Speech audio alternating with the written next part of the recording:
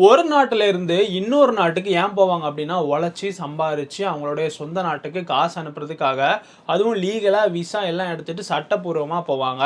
ஆனா, செவுரேறி குதிச்சு, வேலிய பிரிச்சு, குழி தோண்டி இன்னொரு நாட்டுக்குள்ள சட்டவிரோதமா வந்ததோட மட்டும் இல்லாம, அந்த நாட்டுக்குள்ள திருடி, கொள்ளையடிச்சு, ஆடு மாடெல்லாம் கடத்திட்டு அவங்க நாட்டுக்குள்ள போறது அப்படின்றது எந்த அளவுக்கு ஒரு கேவலமான செயல் அப்படின்றது, நான் சொல்லும்போதே உங்களுக்கு புரிஞ்சிருக்கும்.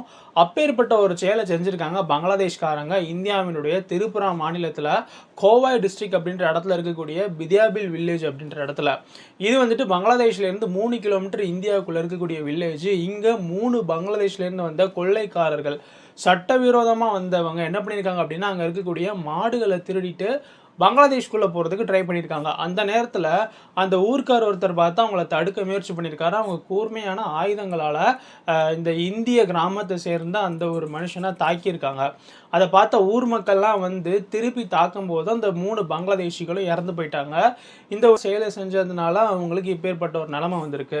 ஆனா பங்களாதேஷினுடைய வெளியுறவுத்துறை என்ன சொல்லியிருக்கு அப்படின்னா, இந்த கொடூரமான சட்டவிரோத செயல்ல வந்துட்டு ஒரு நேர்மையான விசாரணை நடக்கணும் அப்படின்ற மாரி. இந்தியா வந்துட்டு ஒரு மனித உரிமை மீறல் செய்யக்கூடிய நாடு மாதிரி உலகத்துல வந்துட்டு ஒரு பிம்பத்த உருவாக்குறதுக்கு பங்களாதேஷ் இந்த மாரிலாம் முயற்சி செய்தாங்க. இதுக்கு முன்னாடி அவங்க நாட்டுக்குள்ள இருந்து சட்டவிரோதமா இந்தியாக்குள்ள வரவங்கள அவங்க தடுத்து நிறுத்தணும். அவங்க நாட்டுக்குள்ளேயே அவங்க மக்களுக்கு தேவையான வேலைவாய்ப்ப உருவாக்கணும்.